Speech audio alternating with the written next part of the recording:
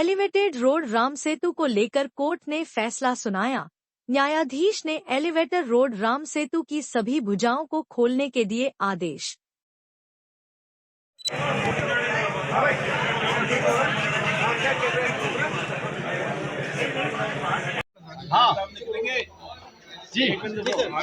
जिस प्रकार से जो राम सेतु ब्रिज जो 3 साल में ही जिसकी एक भुजा जो जिसमें गड्ढा पड़ गया, जो खराब हो गई थी और जिसको आवागमन के लिए जो रोका गया था, उसके बाद में जो जनहित याचिका जनप्रतिनिधित्ववाद जो सिविल न्यायाधीश महोदय श्रीमान मनमोहन जी चंदेल साहब के यहाँ पेश किया, और उसमें जो मेरे पक्षकार डॉक्टर राजकुमार जी जयपाल भी जो 110 में पार्टी बन के, और उनकी तरफ से आज मैंने लिखित बहस की और न्यायालय श्रीमान को ये बताया कि जो भगवान राम के नाम पे जो इस सेतु का नाम रखा, लेकिन इसको भी ये जो अधिकारियों ने मिलकर के जिस प्रकार के अंदर इसमें जो खामियां रखी है, तकनीकी खामी रखी है, और इसमें जो भ्रष्टाचार हुआ, इनके खिलाफ सख्त कार्रवाई करें, इसकी जांच करवाएं और इनसे एक एफिडेविट शपथ पत्र लिया जाए कि अगर इसमें कोई किसी प्रकार की जनहानि हुई और आम जन को या नागरिकों को इसमें कोई नुकसान हुआ, जनहानि हुई, तो उसकी जिम्मेदारी इनकी प्रशासन की होगी और अधिकारियों की होगी। ऐसा इन्होंने एफिडेविट भी पेश किया और इस प्रकार से जो आगामी जो कार्रवाई है वो आगे होगी। लेकिन निश्चित रूप से इसके अंदर हमने न्यायालय से ये कहा है कि इसमें सख्त से सख्त कार्रवाई करें और दोषियों के खिलाफ इसके अंदर फौजदारी भी कार्रवाई करवाएंगे, और ये भी चल रहा है। और इसकी एफिडेविट दिया, एफिडेविट के बाद में इनको सुरक्षा की जिम्मेदारी के तहत सख्त निर्देश न्यायालय से ने दिए।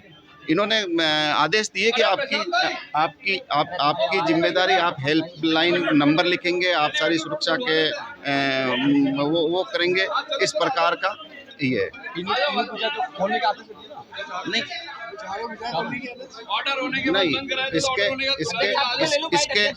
हाँ, इसके अंदर इनको शपथ पत्र दिया, सुरक्षा के पूरे मानकों का ध्यान रखेंगे, इनकी जिम्मेदारी होगी। ये न्यायालय श्रीमान ने आदेश दिया।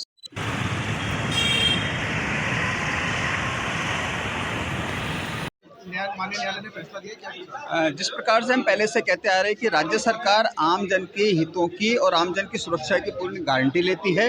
इस गारंटी के क्रम में ही हमने न्यायालय में पैरवी करी। पहले दिन से हम न्यायालय को ये बताते आ रहे हैं कि राज्य सरकार का पूरा कंसर्न है। कलेक्टर साहब पूरे मामले की मॉनिटरिंग कर रहे हैं, उसको देख रहे हैं, किसी भी प्रकार से आम जन को क्षति नहीं होने दी जाएगी। इस क्रम में आज हमने न्यायालय में हलफनामे भी पेश किया है कि अगर इस ब्रिज को तीनों भुजाओं पर आवागमन चालू रखा जाता है तो किसी भी प्रकार के लिए लोगों के लिए असुरक्षित नहीं है। यह ब्रिज की तीनों भुजाएं आवागमन के लिए चालू की जा सकती है। नहीं ऐसी कुछ बात भी सामने आई है कि तीनों भुजाओं में किसी प्रकार की कोई क्षति रही है। न्यायालय ने हमारी बात को मानते हुए यह ऑर्डर जारी किया है कि ब्रिज को सुचारू रूप से चालू करने के लिए खोला जाए। साथ ही न्यायालय ने यह भी निर्देश दिए हैं इस ब्रिज पर कुछ अलग अलग जगहों पर इस प्रकार के साइन बोर्ड लगाए जाए, हेल्पलाइन नंबर भी दिए जाए कि अगर किसी को भी उस ब्रिज पर किसी प्रकार की कोई क्षति नजर आती है, किसी भी प्रकार की कोई नेचुरल क्लैमिटी होती है, तो उन पर कॉल करके सहायता ली जा सकती है। चारों भुजाओं को खोल दिया गया। अभी जितना ऑर्डर प्रोनाउंस किया है मेरे साथ चारों भुजाएं हैं, फिर भी एक बार ऑर्डर का पूरा इंस्पेक्शन कर लेंगे तो और स्थिति स्पष्ट हो पाएगी। कुछ ही देर में ऑर्डर खोलने के आदेश दे दिए खोलने के। बिल्कुल देखिए,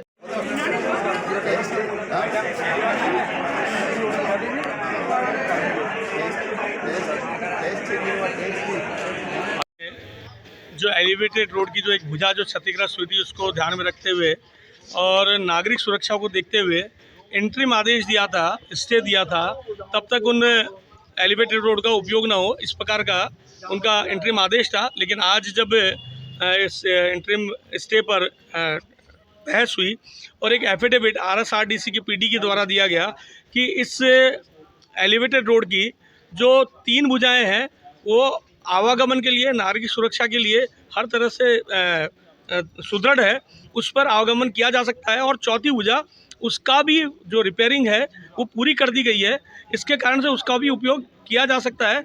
माननीय न्यायालय ने भी उसको मानते हुए कुछ निर्देश जो इससे संदर्भित हैं उनको प्रदान करते हुए इस एलिवेटेड रोड का उपयोग सुचारू करने का आदेश प्रदान कर दिए।